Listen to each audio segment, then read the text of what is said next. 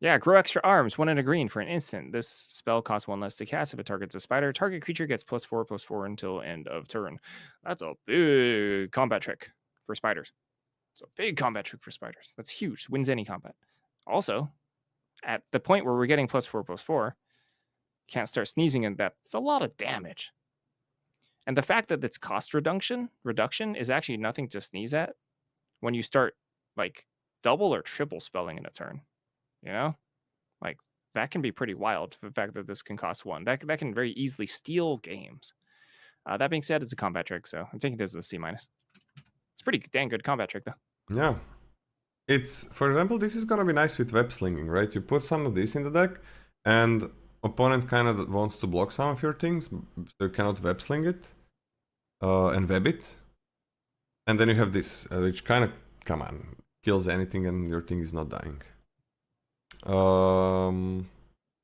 Yeah, I'm okay with a C-. The problem is not that many spiders exist.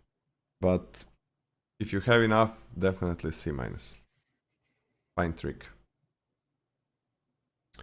Rule Caracals. For 1 and a green, it's a 2/2. For 2 and a green, this creature gets +2/+2 until end of turn. Activate only once each turn. Ooh, that's an irritating 2-drop. Like on turn 3, it connects. This is such an irritating 2-drop. I'm on a C. It's nice. I don't think this is something that you really want to like return to your hand to cast something. But this is so fucking irritating to block. I think it's a C+ actually. C+ is fine. This is like, it's always gonna be getting through. I actually think that this is actually one of the first grades that I'm changing, that I can think of, that I'm changing specifically because of the set format. Because I actually don't think that these stack up particularly well together. I actually think getting multiples of these on the battlefield gets a little bit awkward in terms of maximizing its full potential. It's just only so much mana to go around, and you're going to see, more of this common than you normally would, an average common. But it'll play out like a C+. This is a powerful effect. You don't have to use it. Yep. Threat of activation is something that we say as Magic players, in that you can attack. Your opponent can't block with their 3/3 because of the threat of activation, and then it will just connect. You don't have to spend the mana. You don't have to pay 3 to deal 4 damage. You can just play another creature. Yep. And that's very powerful. So C for me. And usually these effects are activatable on turn 4. Because turn 3 is right around the corner. You almost always have 3 mana on turn 3. Sometimes you're unlucky, but almost always you have it. So yeah, that's starts getting in right away. Irritating card. And this is the one. Okay.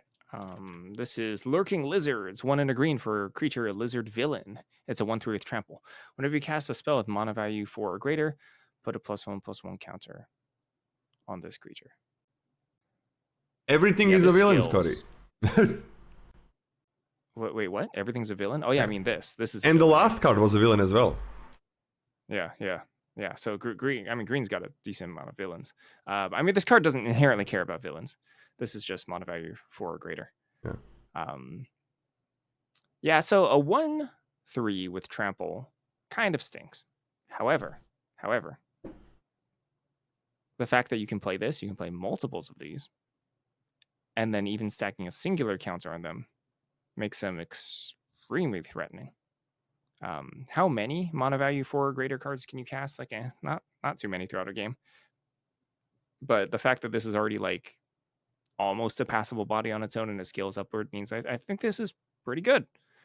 I think this is a pretty good 2-drop. I give this one a C+.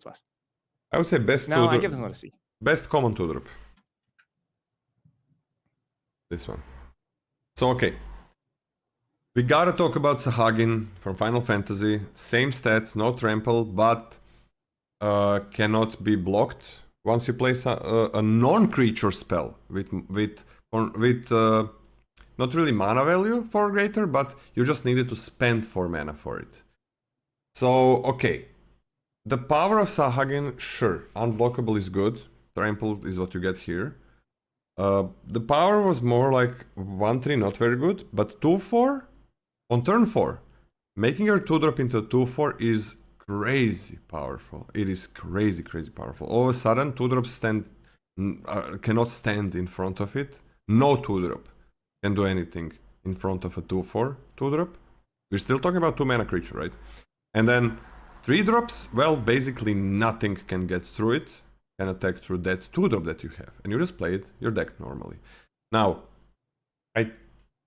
this says any spell, so it can be a creature, it can be a creature, right? That things the Sahagin said non-creature. I think still it was easier to have a lot of cards in your deck that you're gonna pay 4 mana for, that are not creatures in that set. Mana value does let you cheat with Mayhem and stuff, yes, but I think it was easier to cheat. It's not really cheating, but to play a lot of 4 mana cards in the Final Fantasy set. For one reason, you had a lot of those Thunder Magics and stuff that actually costs 1 or 2 mana. You could like stack your deck full of them because they cost 1 or 2 mana, and then they can be cast for 4. And a lot of creatures actually cost 4.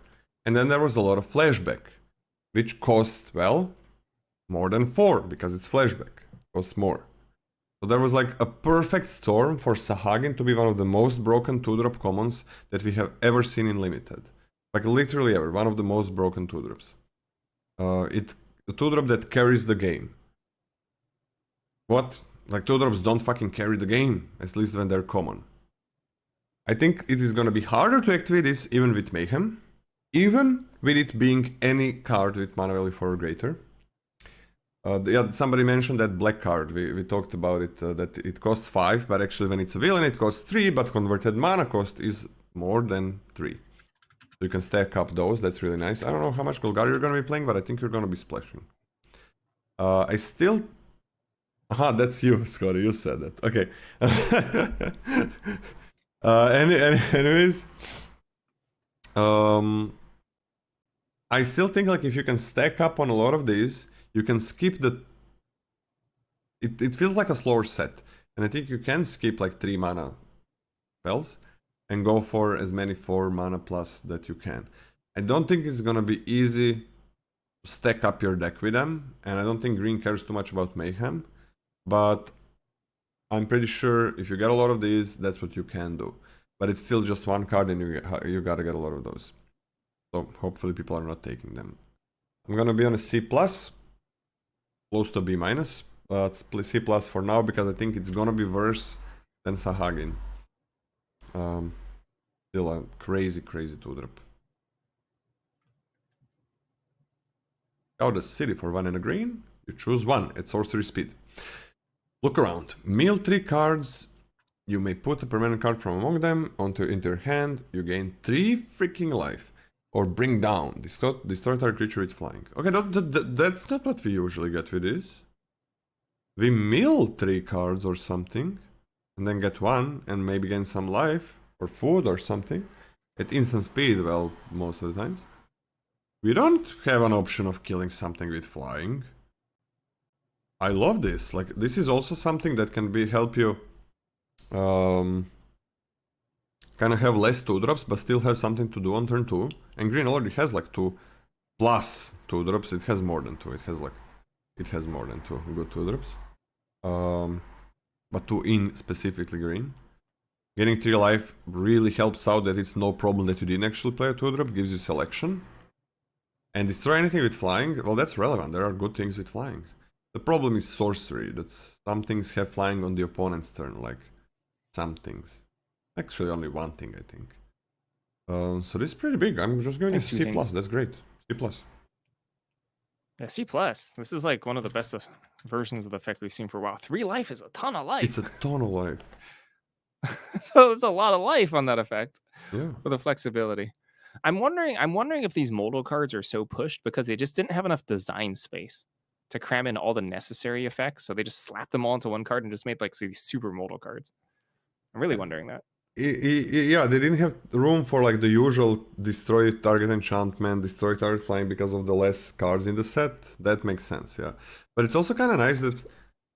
I mean, this doesn't really apply to a lot of cards, but I think it's important that this card has enough really nice cards You're not playing with a shit ton of filler, but I'm looking super forward to it. A lot of my decks having a lot of filler cards.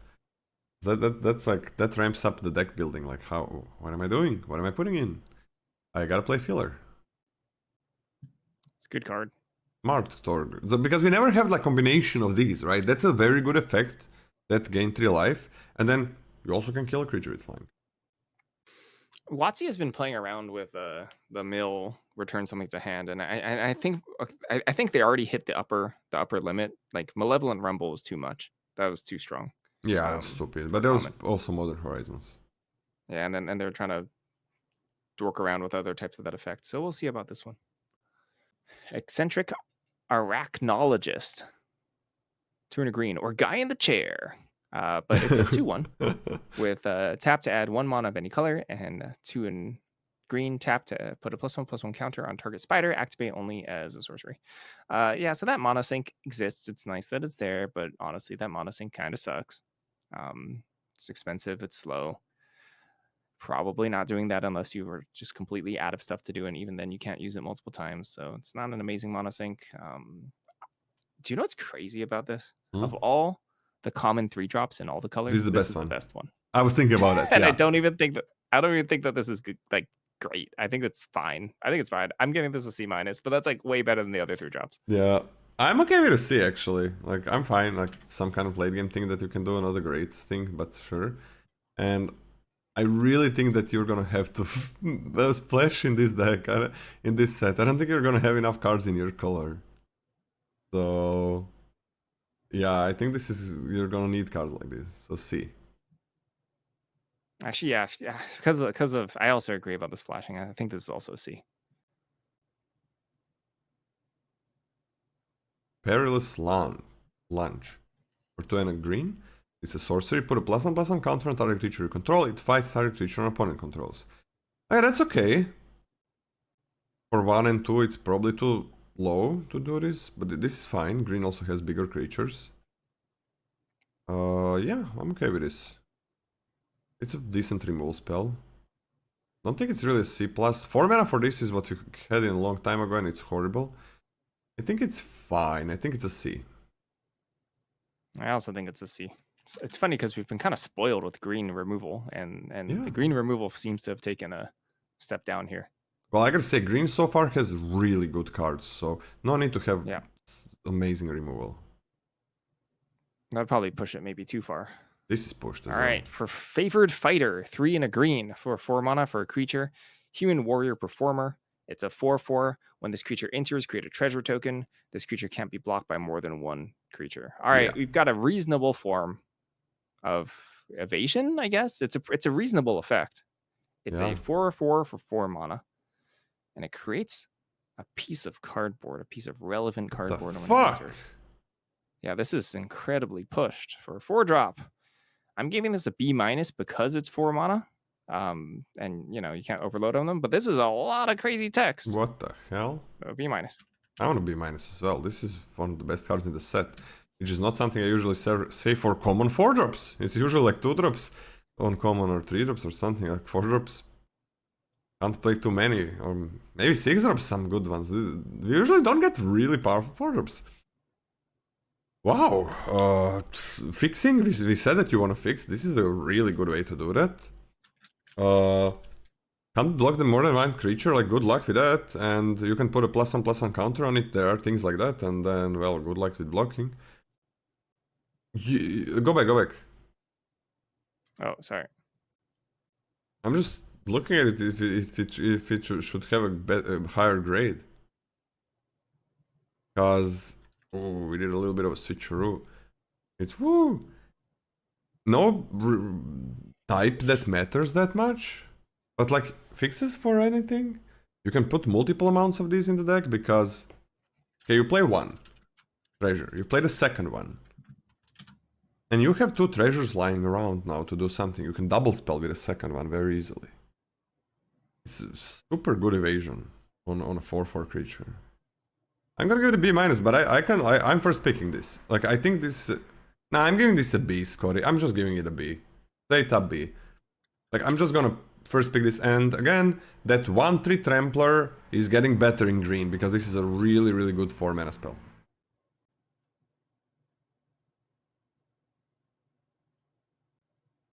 Zan, Tunnel Web Explorer for 4 and a green, it's a 4/3, with Enweb 2 and a green, so 3 mana.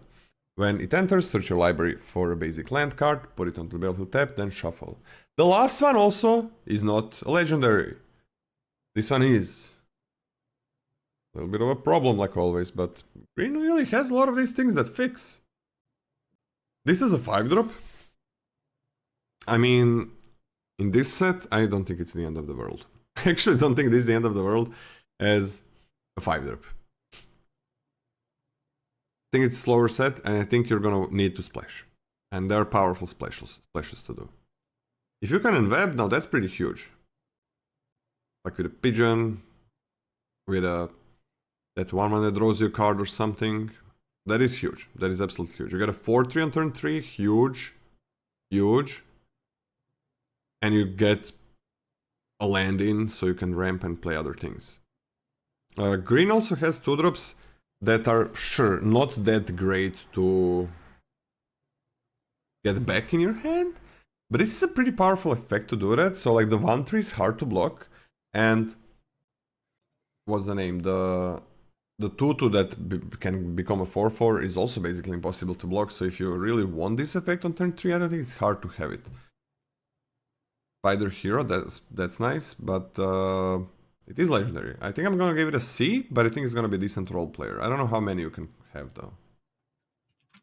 Yeah, I like the effect. C for me.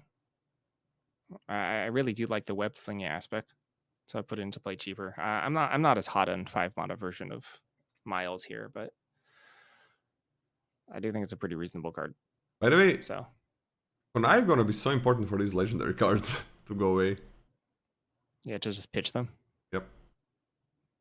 This is Chizak, Apex Arachnosaur. 4 green for a legendary creature, spider, dinosaur, hero. It's a 6/6 with reach, trample, and ward 2. All right. They've been pushing these 6 mana cards for a long time, but that's because they work well against multiple attackers. They either gain you life, have created an additional body, or something like that. This is just one thing. It's just one thing. It's a legend. I understand it's a little bit hard to remove, and I understand it does threaten the opponent and it can block flyers, so it does a whole lot of stuff. I don't think you need to take this buddy particularly highly. And I think, honestly, I think you can do better. I honestly think, looking at the rest of the cards in the set, between the rares, I think for the most part you can do better than Chizak, so I'm giving this a D+. Yeah, the legendary is kind of killing it. Like, how many can... It's a common. How many 6-drops are gonna have... It's reach, trample, ward 2 is nice. That is really nice. That is really nice. I think that's good. That's very good. I think it's very, very good 6-drop. But legendary is killing it. Like, because you can't be like smack one, then smack the second one. So D+ seems fine for me as well. Really killing it, the legendary clause here. It's also nice that you can play this after you play that 4 mana beautiful thing that ramps you. It's a 6 mana spell that's more than... That's 4 or more. But legendary is fucking killing it, dude. Okay, that was the last common. Not everything is legendary. Oh, that's a good one. Can you read this one? The Clutter Cluster. This is one that I've been talking about, that can allow for some crazy infinite vehicles and web combos. For 1 and a green, you get a 2/3. Okay, that's fine already. It's a legendary, by the way. You can also enweb it for 4 and double green. So if you enwebbed it for 6, you gain 3 freaking life, and you create 2/1 green spider creature tokens with reach. So you get a 2/3, 3 life, and 2 2/1s. If you didn't web it, that is so crazy powerful. But also, it's a normal 2-drop. It's a 2/3. This is the thing that I'm gonna be trying to do with vehicles, right? Get this back with another thing that has enweb. Then, yeah, use the vehicle again. Use then web on this one. Gain 3 life and 2/2/1s with reach. Reach, like you can block anything. And keep doing that. Keep doing that until opponent stops it. And this, like 2/1s with reach are so good at blocking. And gaining 3 life means that, sure, you're not getting like really enough, kinda not getting enough for 6 mana. But if you count only 2/2/1s that you don't want to block with this 2/3. But if you keep repeating, this 3 life is gonna be completely fine and you're just gonna survive until you do it. So these infinite combos, I'm looking super forward to that. And also if you need a 2/3 for 2 mana, here it is. That's good. That's good. So I'm gonna B for this one. Because it's just a good 2-drop, right? Like, Yeah, heck yeah. I'm on a B as well. I mean, this card is kind of nuts. nuts. Also, I've learned from the past literal 2 cards that we've seen that the Spider-Man universe is kind of insane. I mean, there was a T-Rex dressed up as a spider, and then now there's apparently spiders dressed up as a man. So I don't know what's happening there. Spiders, Something's man. happening. It's the Spider-Verse. This is so ridiculous. Did you watch the cartoons? What's the name? Into the Spider-Verse and Across the Spider-Verse? I watched both movies, yeah. So I did see the T-Rex in that one. But yeah, kind of absurd. All right. This is Ancient Carvings. Ancient Carvings is 2 and a green for an artifact. When this artifact enters, look at the top 5 cards of your library. You may reveal 2 creature cards from among them and put them into your hand. Put the rest on the bottom of your library in a random order. 1, tap, sacrifice this artifact, create a treasure token. Okay, there's a decent amount going on here.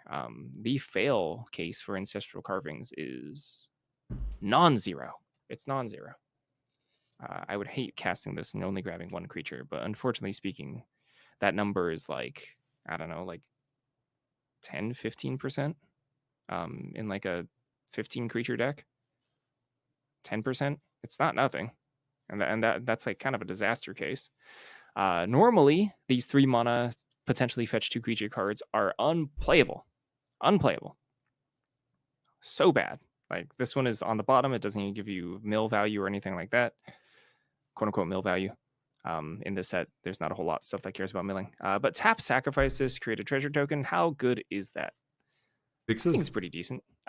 Yeah, I think it's a pretty decent effect. It kind of like filters your mana, but it can filter it over the course of multiple turns. So it's like a little bit better than that. It can ramp you potentially into like your 6-drop on from turn 5 to turn 6. So that's all like a bit of value. I think that all pushes this sort of effect into playability. I don't think it's great. I just think overall it's better than how it normally is by a decent amount, and that is, I think it's a C.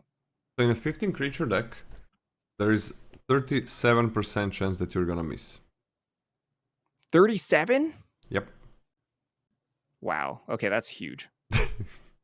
And 15 is a lot of creatures in a deck, I think. Yeah. That's like more than double than what I thought. Yep. Yeah. If you play 17 creatures, there's 28% chance to miss. And you basically, I don't know the last time I played 17 creatures in any deck. Hachimachi. Does this card suck? Man, yeah, it could suck. It could suck. Maybe the original is an F and this one's a D+. I'm thinking about it like, this could be like a 4 mana, make a treasure, and hopefully draw 2 cards. I think that would be nice. That you can also cast for 3 mana and then do this, right? Because you can play this and then use the treasure. I mean, man, you really need a huge amount of creatures. Like, I actually think that you need like 20. And then there's like 2 more room for non-creatures. And you never want to play it, you basically never want to play a 20 creature deck. And there's, with 20 creatures, there's still like 17% chance to miss. You always get 1, right? But I think it sucks. I think it's okay filler. So I'm gonna give it a D. Okay, I'll lower mine to D+. I was very wrong on the math. mental math. Yeah. There's so much more chance to miss. Because it's 2. 2 is so much from 5 cards. Like that card missing, that gains you 3 life where you mill 3 cards, it's 1 card from 3, but it's any permanent, so it's all the lands. So it's like you're not gonna miss. You're just not gonna miss. Celestia Archivist, for 3 and a green, it's a 3/3. When this creature enters, choose 1. Return target card with mana value 4 or greater from your graveyard to your hand, or exile target artifact or enchantment. What the fuck? That's so good. That is so good. This is the model cards. Man, damage control crew.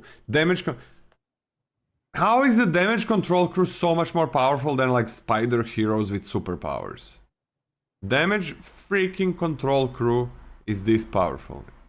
Am I missing something? Is this damage control crew actually like a symbiote or inhabited by venom or something? Just think about it in terms of Magic, okay? Human citizens, a 1/1 damage control crew is what, like 50, 100 people. So in reality, this is really doesn't represent the amount of stats that are on that picture right now. I can see like 8 people already. Okay, come on. I mean, okay, first damage control crew is not all of these people. It's like 2 of them or something. Right? Sure, yes. Okay. So this card is incredible. It's also infinite combo with itself. And you have that really... The best meal card in the whole set is a green common. That is the best meal card in the whole set, a green common. I think. And you also have connive and shit. And this is so good. I'm gonna give this a B. This is amazing. And it's not a legendary. I'd expect this to be much less stats. It's very strong. Yeah. Wait, you can also exile any artifact enchantment. Is this a B plus, Scotty? This is always gonna find a good target. You're giving this a B plus? I gave it a B plus. Alright, I give this a B. Oops. It's also exile Great target. card. I forgot about a card. Maybe flavorfully so, because it's so elusive. Oh, supportive parent. Oh, the whole world forgot about this card. Oh. Do you know what I saw that was kind of funny? What? Somewhere in the spoiler season. Saw in half is in this set, so you can legally cast Saw in half on supportive parents for the full divorce. Which card? Which card? Saw in half. Saw in half. Saw in half, yeah. That's in the set. So like saw, like in like a saw that you cut trees with. Yeah, that you cut trees with, yeah. But so you like divorce them? Do you know what the card does? Because it splits the card and makes 2 2/2s, and it's divorce flavor. It's divorce flavor. Okay. Well, I was begging my parents. I needed that card because I was begging my parents to get divorced since I was 13 years old, and they got divorced when I was like 26 or something. So needed that card 22 years ago. It's turned very real very quickly. Yeah, that was not a joke, Scotty. Yeah, I know. I really begged them. For a long time. But life is so much better now for them when they're divorced. And I have a relationship with my father. The last 2 years, for a week or 2 of my vacation, I spent that time with him on a vacation. That's good. Yeah, like that's good to hear. Last time I had a vacation with my father was probably 20 years ago, when I was a kid and had not much other choice. So it's good. So in health. My mother is blocked, by the way, on my phone. So, but one part is really nice now. Relationship with my father. Never had that. Beautiful. What do you say? I was just reading the card. Do you want to read it? At this point, you should read it. Supportive parents. That's what I want to be. For 2 and a green, it's a 3/3. And tap to untapped creatures you control, add 1 mana of any color.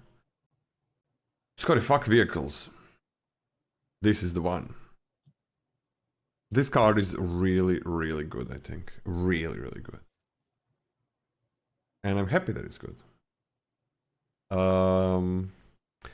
Yeah, this is the best web sling enabler.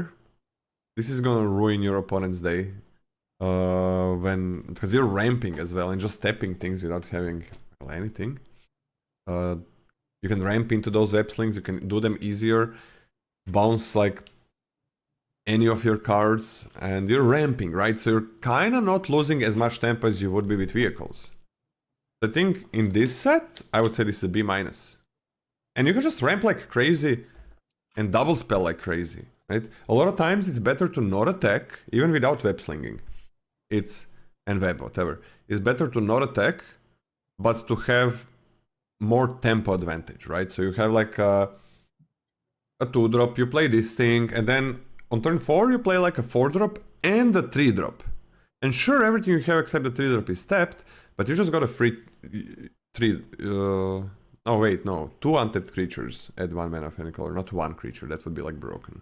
My bad. But it's gonna help double spelling. But yeah, I think B- because of this set. I think B-. It's just... And especially with that card that I was so excited about, that gains you 3 life and makes some spiders. Okay, so Convoke is kind of a busted mechanic. It's extremely powerful. Supportive Parents kind of gives all of your spells mini Convoke, like half Convoke. Yeah. And that's already really, really strong, right? Yeah. The amount of times you are just going to look at your hand and be able to develop your board, leave open combat tricks, removal, when you wouldn't be able to otherwise, and you're going to feel so safe. And for the low cost of playing a 3-mana 3/3, which is like not that bad. So I agree with the B-. This card is really good. It's not even counting web sling. Yeah, it could be even better with enough web slinging. By the way, like this is like one of my goals, like to be a supportive parent, right? To because there's like when we have kids, Scotty. I mean, probably should do it soon, man. We're kind of getting old. It's like you always think. You and me? Huh? You and me? You yeah. want to adopt? Yeah. Okay. Yeah. And like it seems like you're gonna understand everything. Oh, you understand the internet and stuff like that. But every generation, like you're not gonna understand some things. Like, there's gonna new things that is gonna be new to you. And like my goal is to be ready to try to learn from my kids about stuff and about like their lives and things that interest them. And also like another goal for me, or is like being a supportive parent. Like these are big things for me because I had like a pretty shitty childhood. Is like I'm gonna fuck up like everybody. And well, didn't have the best role models, so gonna fuck up. But to be ready to admit that I fucked up in certain aspects of raising my children and to be ready to change. Like so many parents are not ready for that. Like I did my best, I'm doing my best, that's it. It's like sometimes like other people can help you see that you're doing something wrong. They don't even have to have children. Your kids can sometimes see something that you don't. Like nobody really knows how to parent. Like it's new to everybody. It's like such a huge test that you're not super ready. So I really just want to be like, be ready to make mistakes. And when I find about them, try to learn, not like try to change and like implement new things. Because I think like what most parents that are kind of fucked up, like my parents, the biggest problem for them is like, I'm always right. And there is no two-sided communication. And it's so hard to admit that you fucked up something about raising your children that you're like, you don't even want to hear about it. Like, no, I didn't fuck up. And like, you didn't fuck him up. Like, you didn't fucking, like, it's not like my fathers were like, father and mother were stabbing me or something. It's like, no, I mean, everybody fucks up with like non-extreme things. I mean, I'm not saying that there was no knife threatening with knives involved, but nothing happened except the threats. Okay, so like that's what I want. That's what I want. Just to be ready to admit a mistake and to learn from anybody. Anybody can doesn't mean that they will can teach you about these things. So also, by the way, I can't wait. Like ever since I was 10 years old, I I was like, I can't wait to be a father.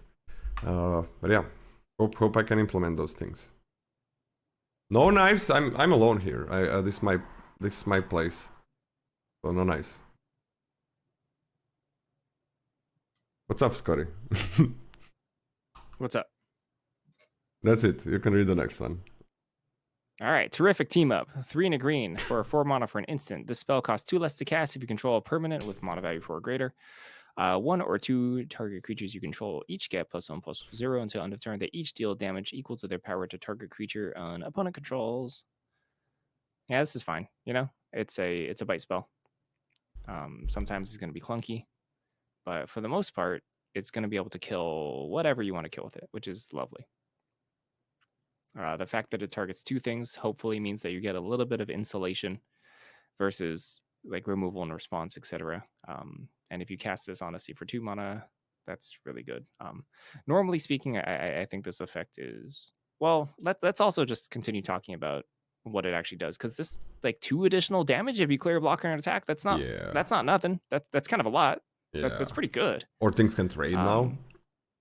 Yeah. So like normally I don't think these hit the B range because they're conditional based on the creatures that you have, but I think this one's a B minus. Well, I'm on a B minus as well. Yeah, these are 2 creatures, both +1/+0, and a lot of times for 2 mana. Usually it's like 1 creature for 3 mana. This is a really, really powerful removal spell.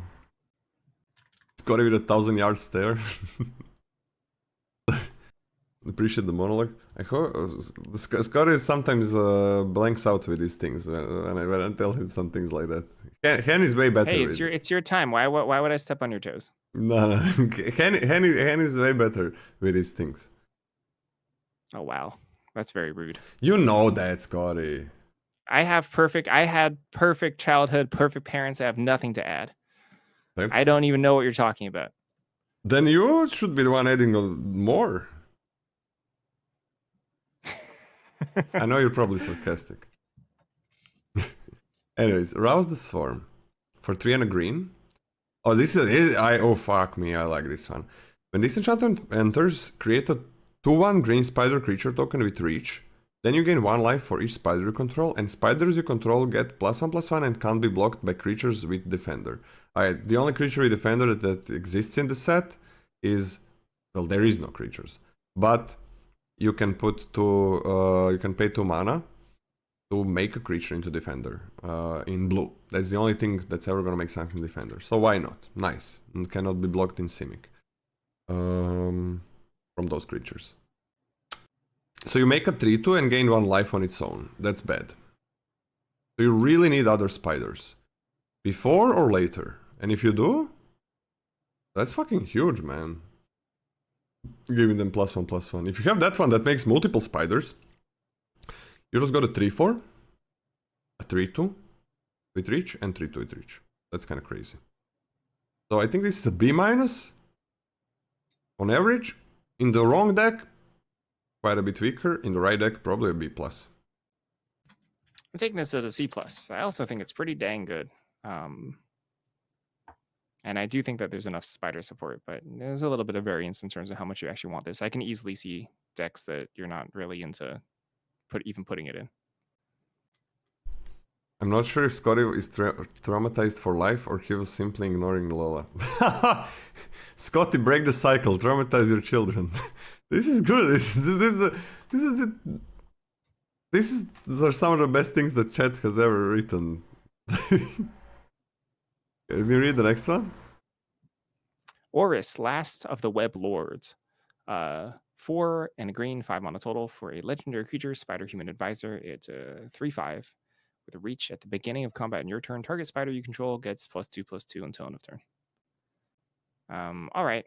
Well, I do like 5 but with reach on a 5-drop. I do think that those are reasonable blockers. Like for me, the breakpoint is between 4 toughness and 5 toughness in terms of like how happy I am with it in terms of its board impact for blocking. This attacks with no vigilance as a 5/7. It's fine. That's fine. This can have immediate board impact in terms of launching a spider past blockers. That being said, I think this is not incredibly exciting, right? It leaves no lasting impact if it gets removed immediately. It's just a fine, albeit legendary 5-drop. So I'm giving this like a C-. C-, yeah. Pretty cool effect. Maybe a D+. Pulling up the rares now. That was the last of the uncommons. Okay. Into the last piece of rares and mythics. Fate Weaver. For a green, you get a reach, 1/1 with that touch. For 2, and sacrifice this creature, search your library for a spider hero card, reveal it, put it in your hand, and shuffle. Activate only a sorcery. This is great. Kills anything, literally anything. And, well, you can at one point get like a better thing, maybe a piece of your combo that I was talking about. So I like this quite a lot. I think it's a C+. Yeah, reach on this is actually really, really, really nice. Big fan of that. Yeah, I'll give this a C+ as well. This is not a ton to complain about for only investing 1 mana. Yeah. And gives you something better in late game, probably. Probably B-. Right, we're talking Taron Tusk. Taron Tusk, unwisely awoken. 1 and a green. For a legendary creature, spider, boar, hero, it's a 2/2. When Taron Tusk enters, create a food token. Other spiders, boars, bats, bears, birds, cats, dogs, frogs, jackals, lizards, mice, otters, rabbits, raccoons, rats, squirrels, turtles, and wolves get +1/+1. What the fuck? For this set, there are spiders. I think there's like a cat. There's lizards, right? Okay, in green, there is a 2-drop that's a cat, there's a 2-drop that's a lizard. Okay, yeah. I mean, there's a lot of stuff. Yeah. A reasonable amount of stuff, and spiders obviously being the biggest one. I mean, this is a 2/2 that comes into play and creates a piece of cardboard food token. That's already good. And on top of that, this probably can anthem a non-zero amount of your stuff to be relevant in combat. Every single green 2-drop is one of these types. Every single one. Dang, yeah, that's really, really solid. Actually, no. Three of them are this, and one of them is a human, just a human. Still amazing. I think that already puts this into B as a B. I think this is already a B. Yeah, I'm gonna B. Just making a food, it would be a B- for me. So B, easy. Also, this is like probably the biggest delta between how horrifying the magic art is from the actual original. One is just a goofy little guy, and Taron Tusk is I don't know why that's a hero. Just saying. Strength of Will. For 1 and a green, it's an instant. Until end of turn, target creature you control gains indestructible. And whenever this creature is dealt damage, put that many +1/+1 counters on it. Okay. Usually we get some not very good cards that have this effect, but... Wait, this is kind of fine, man. This is good. This is good. Would like opponent trying to use red and green removal on it, and just like if you would already, you kind of have to already trade, but if you would, the reward is absolutely huge. Your 2-drop is now gonna trade. No, it's surviving and killing their 2-drop, and now it becomes like a 4-drop. Probably better. And it can be even better than that. So you kind of have to trade with something, but if you do, it's crazy. So I'm just gonna give this a C+. I think it's great. Okay, hold up. I need you and chat maybe to walk me through this. Yeah? Final Fantasy, Galef's final act. Horrible. Right? Worst card ever. Galef's final act. Because you needed an additional creature to put those counters on in order to improve that creature into being something larger. Is this actually that much less conditional? I do think it's definitely a step in the better direction, but like that one is like an F. But like, it's hard for me to imagine this card is like good. You know? Scotty, that creature never survived. This creature survives. Which means this can be your only creature on that side on it doesn't matter. The only creature, that part doesn't matter at all. That creature never survives. Let's say you have 10 creatures. Who cares? 2. You always have 2. It doesn't matter. The Gallows thing, your creature always dies. So that's an always aura. dies. That's not a trick. That is an aura. So that's the primary difference. Yeah. That is an aura that doesn't even enter. A conditional aura that doesn't even enter before attacks. unless you have Saga, it enters after the attacks, so it like diminishes what aura is. This is a trick. That is not a trick. This creature survives, Okay. that creature doesn't survive. That's the thing. I'm not nearly as optimistic about you being able to line up a scenario where this will actually eat something in combat. And unfortunately, I don't think it happens quite as often as I'd like. I think it's a C minus, but I do think it's a powerful effect. Okay, but but the thing is like, this is when this happens, you just need to trade creatures. It's a 2-for-1. When that thing happens, it's not even a 1-for-1. It's not, that thing is not even 1-for-1. Yeah, that's just +1/+1 counters distributed. Yeah. Scouring Storm Soul for 1 and double green. The Star villain. These things' power and toughness are each equal to the number of lands you control. That's enough. But it can't be blocked by creatures with power 2 or less. Okay. For 3 and double green, return this card and target land card from your graveyard to the battlefield tapped. What the actual fuck? What the hell, man? A 3-drop that grows with lands is busted.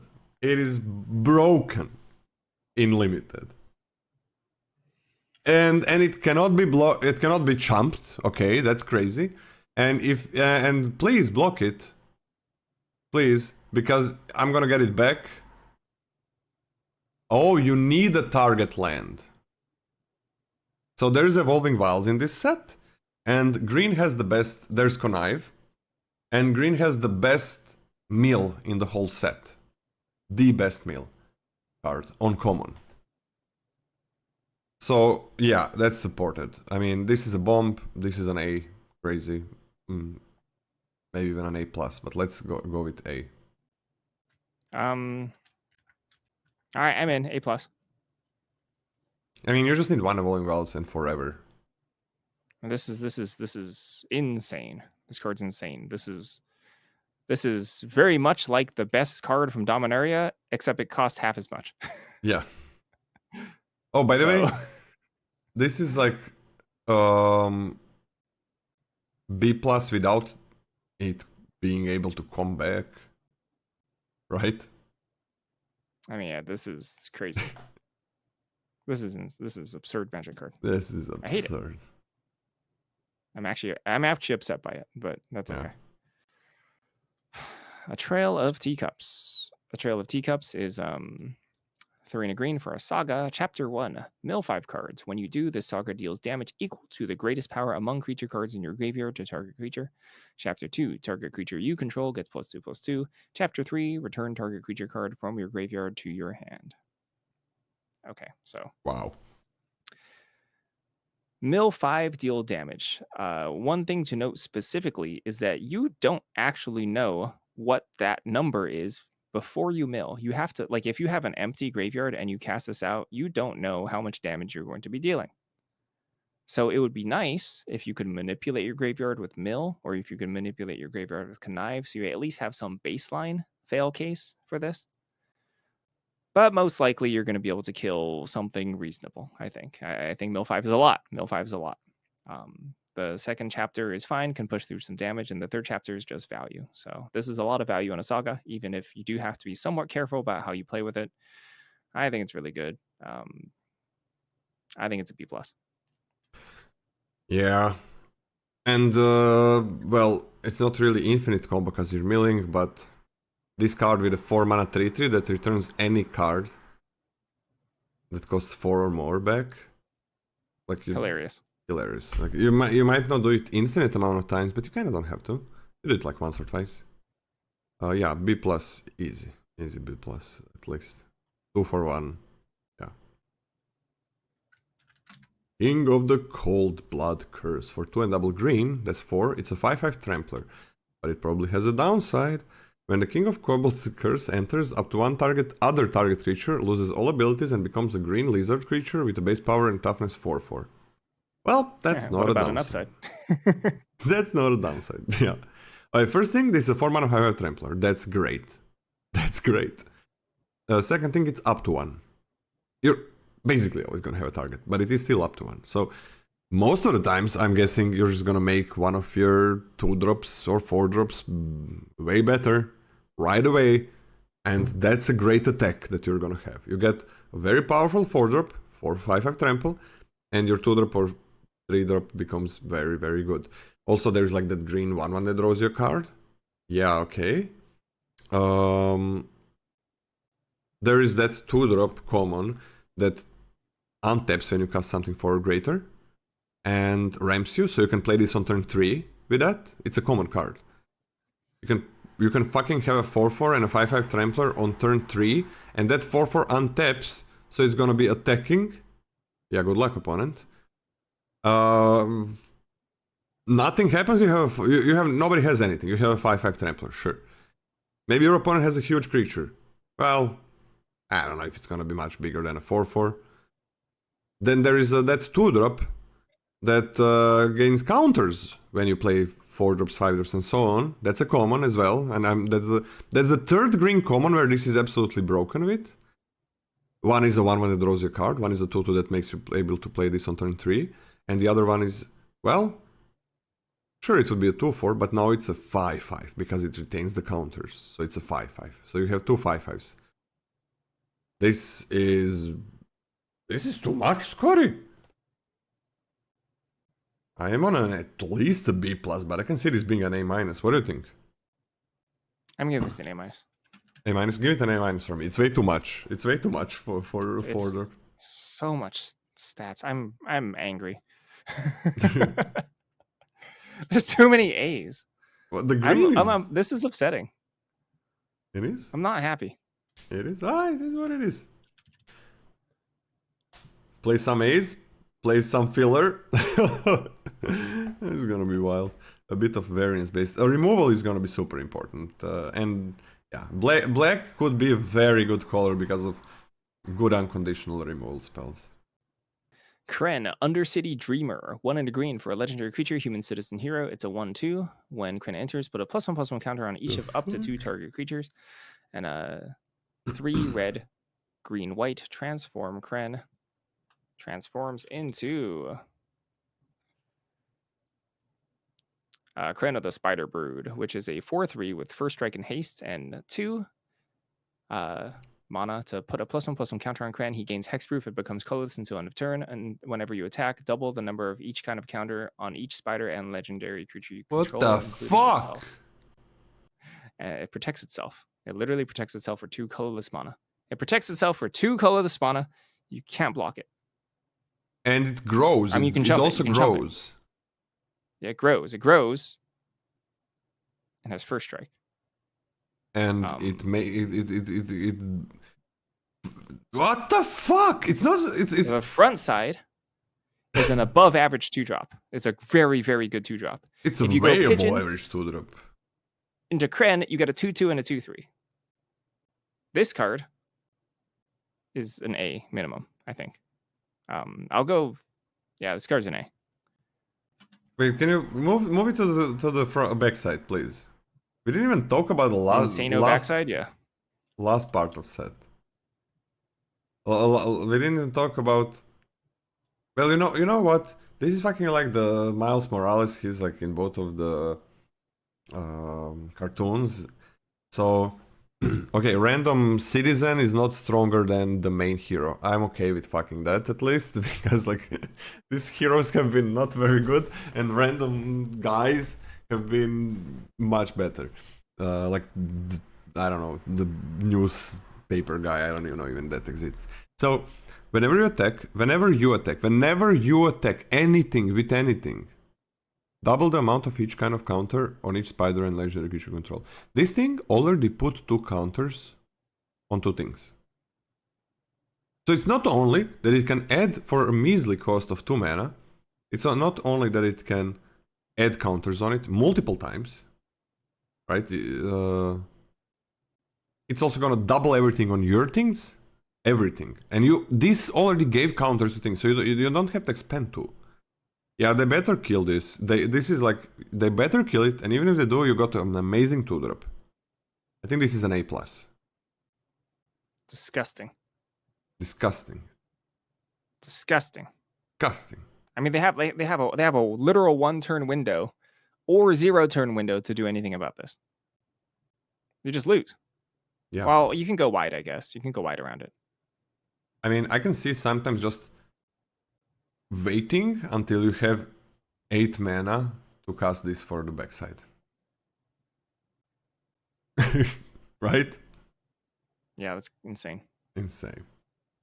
I mean, if it's already on the battlefield, might as well just flip it at 6 mana, but it's just kind of nutty. What the hell? Oh, hey, it's actually very fitting, right? This is the last card of the set. Through the Omen Path. Why is it fitting? It's the name of the set. Is the name of the set. Through the Omen Path. Also the name of the set. Web of Life and Destiny. Convoke. Okay, this is 8 mana, 6 and double green, enchantment with Convoke. At the beginning of combat on your turn, look at the top 5 cards of your library. You may put a creature card from among them onto the battlefield, put the rest on the bottom of your library in a random order. Wait a second, that's actually good! Oh, you thought it was going to be bad, didn't you? Yeah. Oh, these high-costed green cards are always bad. Holy! So if you have 15 creatures, there is 92% chance that you hit. And it has Convoke, right? So, whoa, you put it on the battlefield right away and then you can do this more. I mean, even if you have to chump it one, like next turn when you have untapped creatures. This is wild. Sorry, this is a bomb. I'm gonna give this an A- because yeah, sometimes it's gonna be hard to tap a lot of your creatures.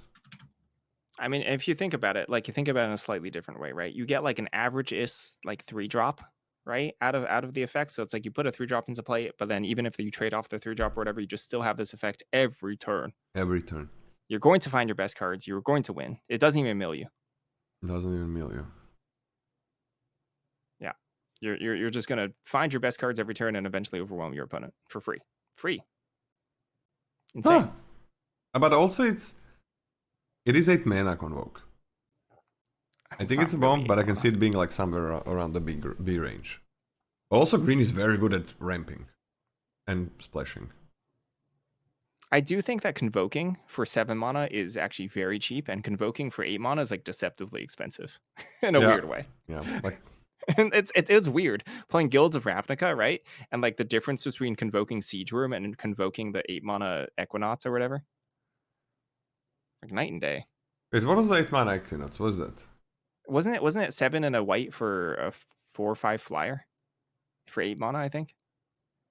I mean, you don't remember it because the card is bad. Oh yeah, the card sucked, but also it didn't give you a creature every turn.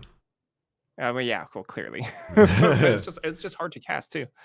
But no, this is very good. You can pretty reasonably cast this on turn 5. Yeah, you take some damage, but the thing about sometimes like when you take a little bit of damage, you're still getting a creature probably. When you pay 6 and tap 2 creatures, that's a big cost though.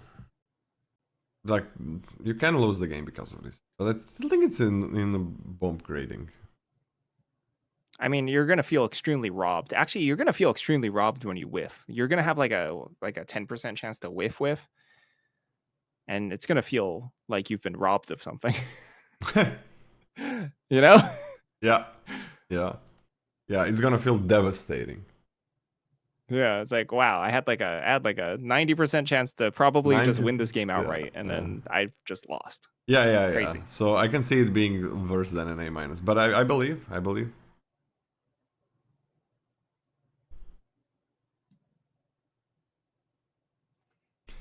How is Working Commander? There